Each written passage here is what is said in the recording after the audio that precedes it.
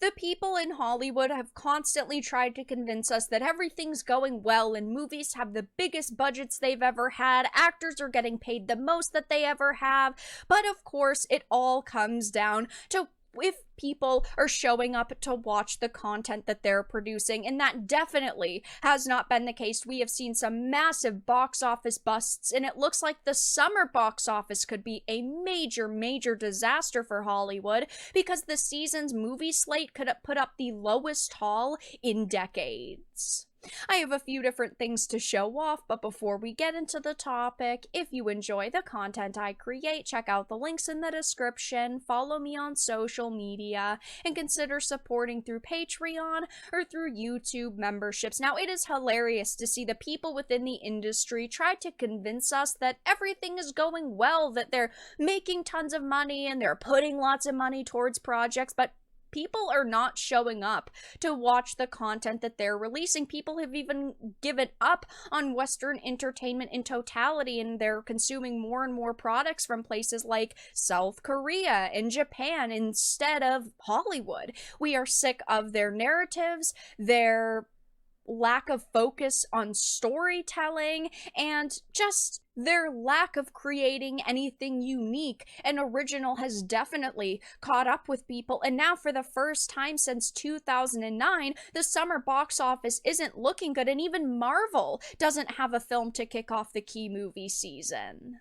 So it says for the first time since 2009, the box office doesn't have a Marvel film to kick off the summer movie season, and it shows. Since the 2008 release of Iron Man, the MCU films have consistently launched this highly lucrative movie-going season, with only 2 films generating less than 100 million openings in that time. And this year, the headline film for the first summer weekend was Universal's The Fall Guy, and despite strong marketing efforts and solid reviews, it failed to drum up ticket sales during its opening last weekend, and the film tallied less than $28 million during its domestic debut. And The Fall Guy had quality co-stars in Ryan Gosling and Emily Blunt, but the lack of a known franchise brand and a niche storyline made it too narrow to attract a mass summer-like audience. I did not think The Fall Guy was terrible. It just failed to really stick the landing. I felt like it was a mix between an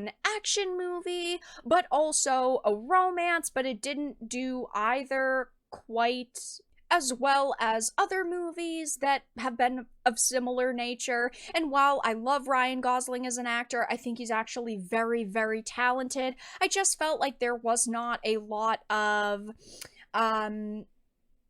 connection between these two co-stars, and it really showed, especially where, again, a big focus was kind of the romance. It says, of course, that stumble doesn't bode well for the summer box office, which was already set to decline from last year's $4.1 billion haul after dual Hollywood labor strikes halted production and clogged the pipeline of new film releases. Now, of course, looking back a decade ago, people loved the Marvel Cinematic Universe, but over the past couple of years, it's definitely stumbled and fallen off with audiences, and I do think there is an element of superhero fatigue there, but if they were releasing Endgames and Infinity War still, people would be on board, and I think that a lot of people would still be showing up to watch them, and Marvel not having anything to release really shows that they are not exactly sure where they're going and what consumers want. Of course, we've heard Bob Iger say multiple times they want to focus on quality over quantity, but this is an extremely lucrative time to be releasing a film, and they have absolutely nothing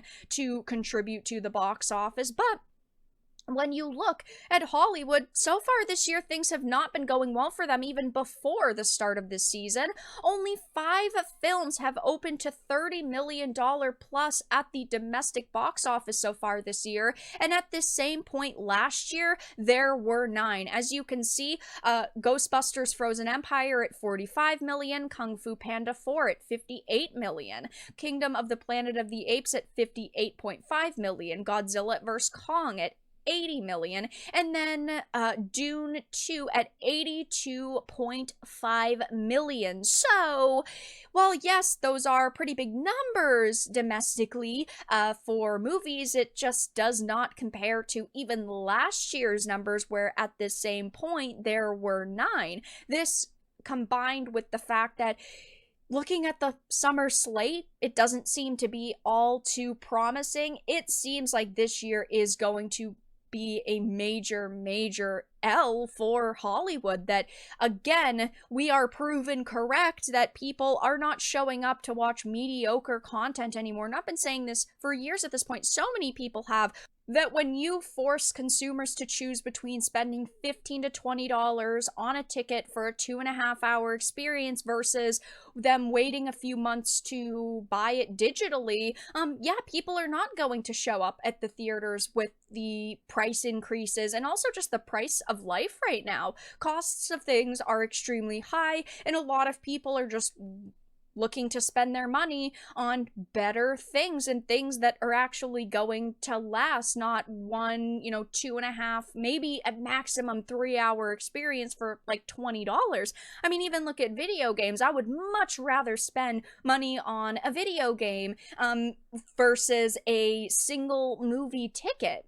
And of course, there are still big movie releases that are going to be happening this summer, like there's only one superhero film slated for the summer, Deadpool and Wolverine, the first R-rated Disney Marvel flick, and it's expected to do well. That doesn't even arrive until late July. And at present, analysts believe the summer movie season will exceed $3 billion in ticket sales, but just barely. And yeah, I mean, typically estimates are high, so it probably will be at 2.8 to 2.9 billion, which 2.8 or 2.9 billion is still a lot of money, but it's nothing compared to what they previously were getting. I mean, before the lockdowns, the summer box office was consistently topping more than $4 billion. And the last time ticket sales were as low as $3 billion during this season was in 2000. So obviously, Hollywood is not in a great place right now, and it doesn't look like that is going to change anytime soon. We would need companies actually listening to customer feedback and trying to,